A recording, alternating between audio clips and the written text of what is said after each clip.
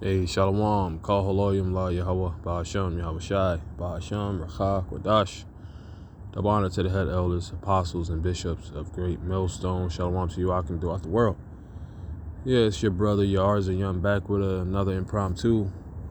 Well, I want to get through Psalm 105.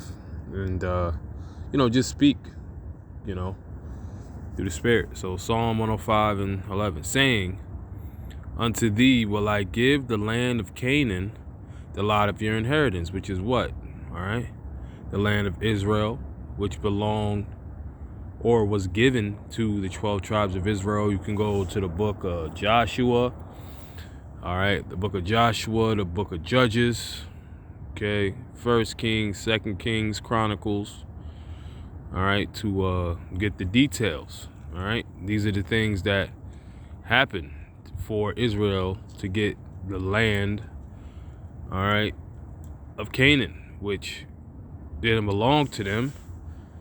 All right, they had to be killed out of that land. But you will find out when reading that among the tribes, they still kept,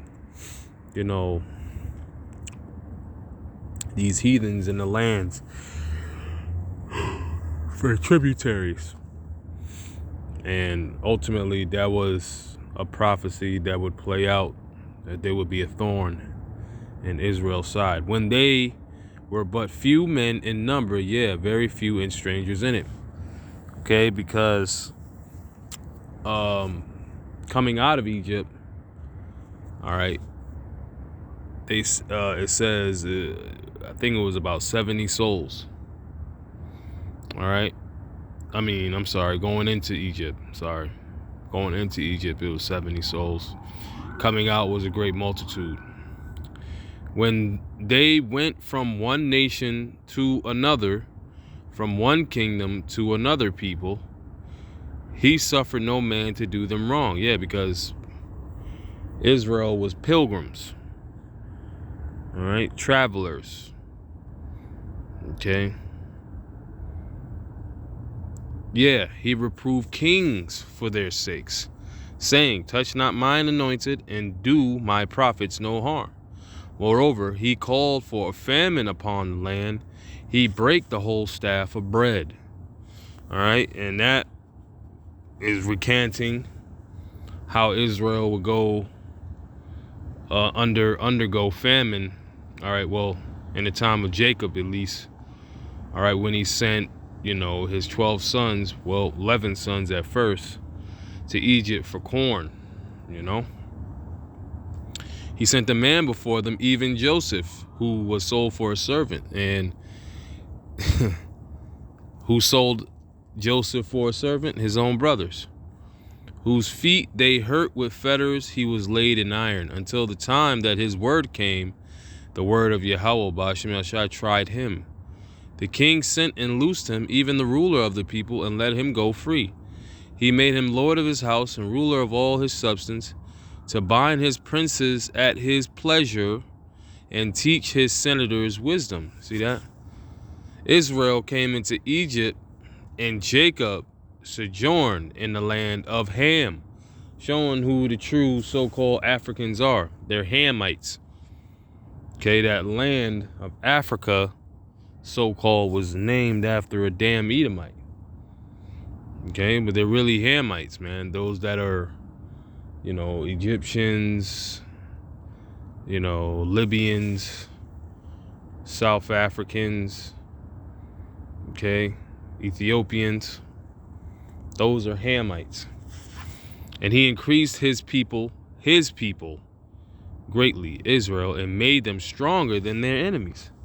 He turned their heart to hate his people, to deal subtly with his servants. Yeah, because what them damn heathens was saying was, let's deal subtly with Israel, lest they grow more powerful than us, and overtake us, He sent Moses, his servant, and Aaron, whom he had chosen. They showed his signs among them, and wonders in the land of Ham. Yeah, those were the 10 plagues. He sent darkness and made it dark, and they rebelled not against his word. He turned their waters into blood and slew their fish. You know, I believe the waters turned to blood and the fish died, and there was great stink in the land. Their land brought forth frogs in abundance, and their chamber, so it's breaking down particular plagues that the Most High sent to these Egyptians, right? In the chambers of their kings, he spake. Oh my God, he spake, and there came divers sorts of flies and lice in all their coasts. He gave them hail for rain and flaming fire in their land. He smote their vines also of their fig trees, and brake the trees of their coasts. He spake, and the locusts came, and caterpillars, and that without number, and did eat up all the herbs in their land, and devoured the fruit of their ground. He smote also all the firstborn in their land, the chief of all their strength. He brought them forth also with silver and gold, and there was not one feeble person among their tribes. See that? The Lord looked out for Israel, but what Israel do? Talk shit. Not have no faith after seeing all of the miracles that was done for them in the wilderness and leaving Egypt. All right.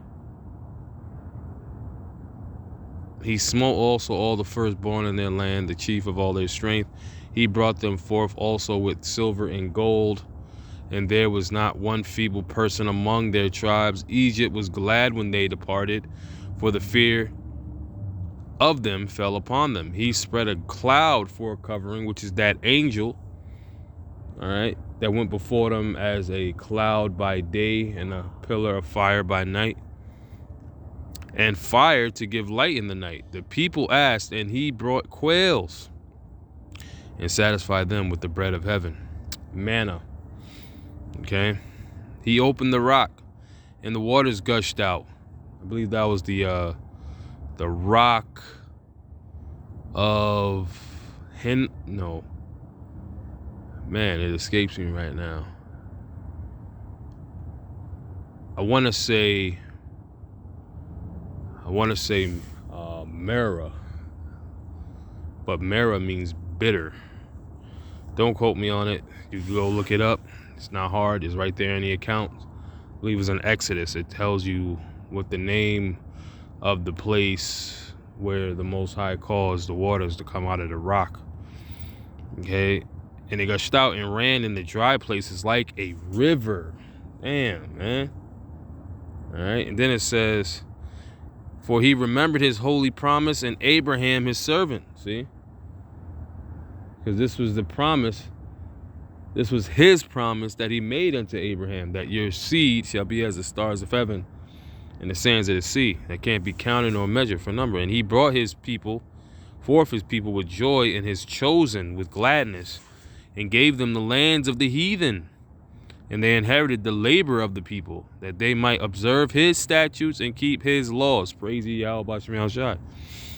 And we know how that played out, you know. But nonetheless, Yahweh Shai, the Most High, is going to send, the Most High is going to send Yahweh Shai to rid us of this curse. All right? This curse of death in this flesh, man. So call Elohim Yahweh B'Shem Shai. Shalom.